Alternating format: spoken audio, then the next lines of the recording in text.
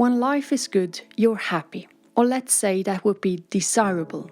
And in the worst case, you are even unaware of it, which means you can't even appreciate the life is good moment. So right away, if you are in a life is good situation, please prepare yourself to go out and celebrate this whenever you have finished doing what you are doing. Or even better, stop it right now and please go and appreciate that you are in a life is good moment. When life isn't so good, there is no way around it. You feel it in every pore of yourself. You can't ignore the fact that life isn't so good right now. But let's look at it very pragmatical. Most of the people want to feel good in life, because feeling good is good. That's a very easy approach. But with time, this could turn into a monotone life. Imagine it. You're always good. That's far away from an adventure, isn't it? And life is an adventure. It's the contrary of a monotone life. Now let's get straight into it. We need both of them. When I talk about time, we always get there where the balance comes into play and shows us that balance is very important. We can't just live in good moments. It's not natural and it will end badly. I call them the different life cycles. Life is always turbulent and it's a normal thing.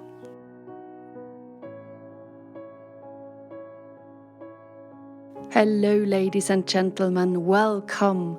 It's me, Anna Jelen, your time expert. Someone deeply interested in all the different kind of moments of life. And that's why I can indulge even in bad moments. And in today's episode, I will tell you how I handle the bad moments, and yes, hopefully I can give you a new way of looking at them. And I will tell you a story about Vihan, a guy who approached me with an email starting like this: Anna, please help, I have so many worries. Yes, let's start with Vihan right away. I might already have told you the story of a young Indian called Vihan who wrote me an email and asked me for help because he had so many worries. There were many of them. He didn't know what to do in life or the future, and this worried him a lot. And he was supposed to marry a girl which he didn't know. He wasn't feeling happy in his life situation. And seriously, in the first moment I had no idea what I should tell him. I wrote him an email that I'm thinking about this and I will be back with an answer soon. His life, his culture is so different from mine. I wasn't in ease by giving him advice. And I remember how I thought, poor guy, he's living day in and day out with his worries. Day in and day out. Now here I am, in the time aspect. Every day, day in, day out. Many hours he's spending worrying. Whenever I look at a topic, I look at it from the perspective of time. So my answer was this: I would love to give you better advice than this. But if you are open to trying something, do what I will suggest to you. First of all, I believe you earn having a break from your worries. It's just too much time you are worrying. It's exaggerated and there is no balance at all. And I believe you can take a break from your worries. And this is my advice. Whenever your worries pop up in your head, tell them, dear worries, I'm taking a break from you. I will be back in a week, but for the coming 7 days, I will not be available for you. And during those 7 days, you focus on only 2 things. Wherever you are, whatever you do, focus on creating moments for yourself and focus on creating moments for others. That's all. Tell me how this goes and let's chat in 7 days. 2 days have passed since I wrote the mail. I don't get a response. 4 days pass, nothing. But exactly 7 days after my email, I get a response. But it's short, like really short. It says, hello Anna, just wanted to let you know that I will extend my break from my worries. It just feels too good. I'll be back soon. Several months have passed and he's doing quite all right. By creating moments for himself, he has started to find out what he likes and what he dislikes. In some activities, he has found pleasure and could imagine turning it into a business one day. And by creating moments for his family, they have got to know each other better and had some good discussions about his future. Isn't that amazing?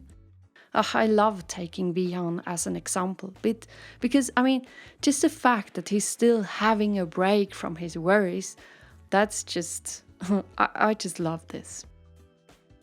Now I have been giving this advice, have a break from your worries, for a few days, to other people as well. And it's a mental thing. We have to train this to be able to do that. I do it like this. When my worries show up and I'm not bothered to think about them, I will tell them, having a weekend break from you guys, I will be back in 2 days. And I imagine the worries like clouds showing up and I will gently blow them away. And then 2 days after, I will plan some time for them. I will sit down with a paper and pen and write my worries down. Some of the worries might even be gone. They have disappeared in thin air during those 2 days. And some are still there. I write them down. When this is made, I would try to find solutions. And in the first hand, I would try to do this by myself. And then I will get others into consideration as well. And we will look at it together. Now here's the thing. The fact of having worries is they block you entirely.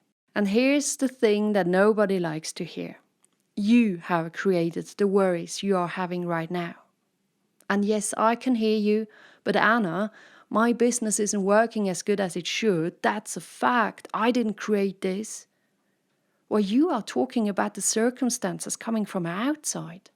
How can you change the outside? By taking action.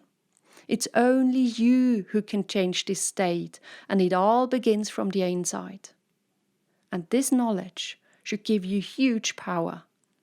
It's up to you to decide if you want to bath in fear or not.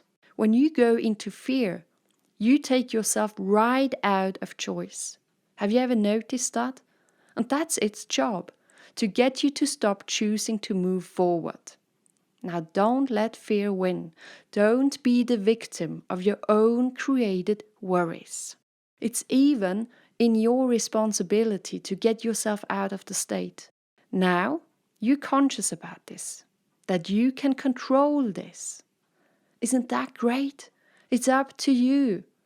And this knowledge can give you the power you need to get out of it. Believe me. And always remember, you are the starting point for everything that happens in your life. What happens when you're in there, deep down in the black hole? What if we could look at those rather bad moments with the same eyes as when life is good? What if we could even appreciate a moment like this, or be thankful for experiencing it? Between us, where is the place where you will grow? In the bad moments, that's when we grow. That's when we make big decisions which can change our life or our way to the better. It's the place where a clean slate is being made. It's where you will start new. It's the place of discovery, where you have nothing to lose. Suddenly everything is possible again. When was the last time you experienced this? Uncertainty is one of the most significant players when you're down. And look at it with this point of view. Allow yourself to feel it. It's a moment where new things can unfold. Be curious. You don't need to know right now what will happen. Just relax. You don't have to have a plan or plan out your life into every single bit. You don't need to know everything. It's impossible to know what will come next. Stay curious. It could be a surprise showing up. You don't know. But what you can do is to deal with the things that are right in front of you, right now. That's where you can take action and responsibility. And fact is, the state of feeling down can take a lot of energy. That's also normal. If you have experienced a phase of down, ask yourself, where can you get your energy back? Maybe it's a visit to the hammam or a walk in nature. Just find your source of energy to reload yourself. Let's look at another incredible aspect of all this. We all have different pillars in life. Sometimes there are more, sometimes there are just a few.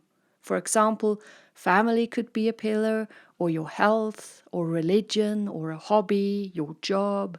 When we are experiencing a bad moment, often it needs just one pillar, which isn't going as we would like it to go. One pillar. Let's take the business. If a business isn't going as predicted, there might be a financial problem appearing. And there you go, the bad moment has arrived. And then this drags us down into the black hole, where you see no solutions, just darkness. And the biggest bad moment is the uncertainty. You feel like losing your ground underneath you. And the only thing you see at this moment is the bad moment. But what about the other pillars? Why are they suddenly losing relevance? And that's where one of my how to handle a bad moment tools comes into play. I just cannot accept this. I will not allow this one bad moment or this one pillar drag down the others as well. I can be very pragmatic in this case. I list up my pillars. Business doesn't go well, which leads to financial problems. That's a fact. But now carry on. My love life is fantastic. Okay, here we go. My physical body, my health is really good. Okay. My family and friends are doing fine. Good. My creativity isn't suffering, even better. I still have a roof over my head. Well, voila. I balance it out. It's not even tricking myself. These are facts, and I think it's important to list them up when you believe that you are imprisoned in a bad moment. Keep the reality always in front of you.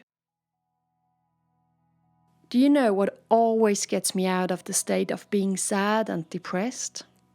My urge to create something. That's what I do and what I am. I have this deep fascination with creating stuff I can share with the world. That's my motor, my motivation, my philosophy, my being. I need to create speeches, workshops, podcasts, and videos about the topic time. There is no way around it. And whenever I create, I'm taking action. Whenever you take action, you are leaving the black hole.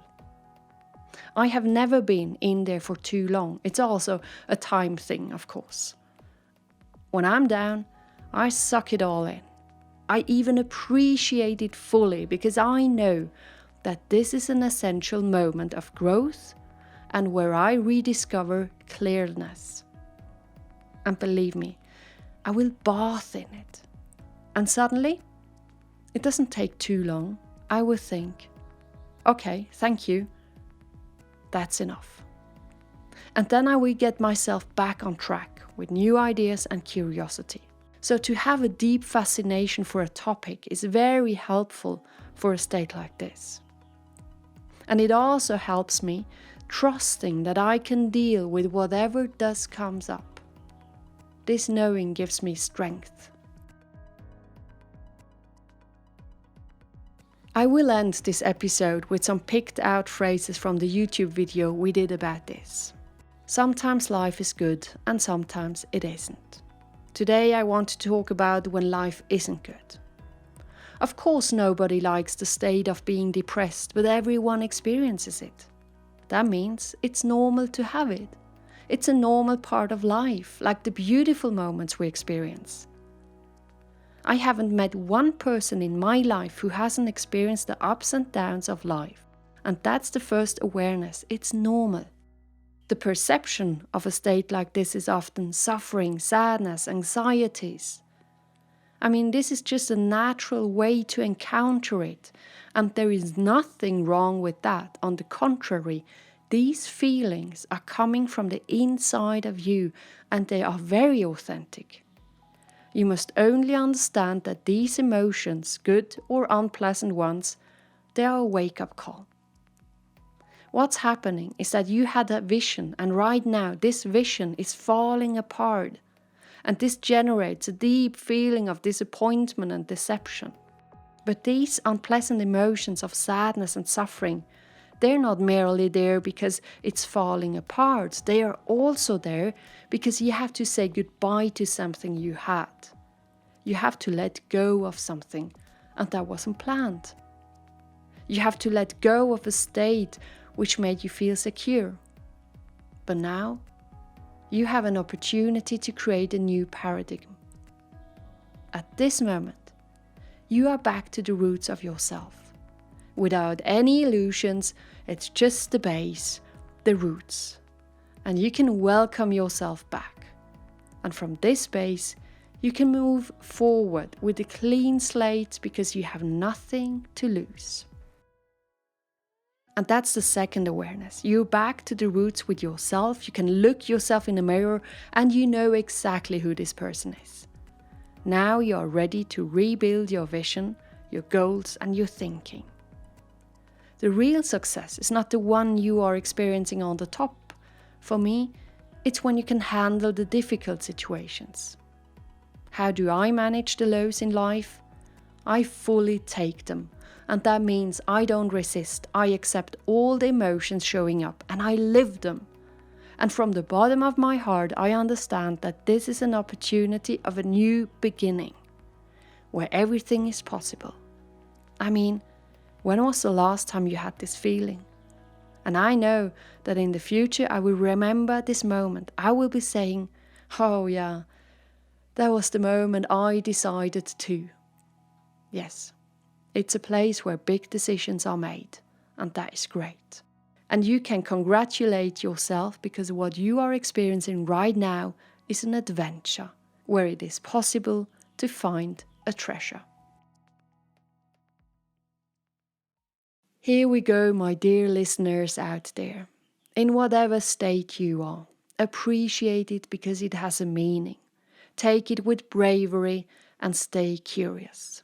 And always remember that you're not alone. We're all on the same boat. I'm sending you a big virtual hug. Take care. Bye. And by the way, remember what I said at my TEDx talk about my grandma? When we were talking about the bad moments in life, she looked at me and she said, one day I decided to take them all. And I think that's one of the best advice ever. Bye-bye.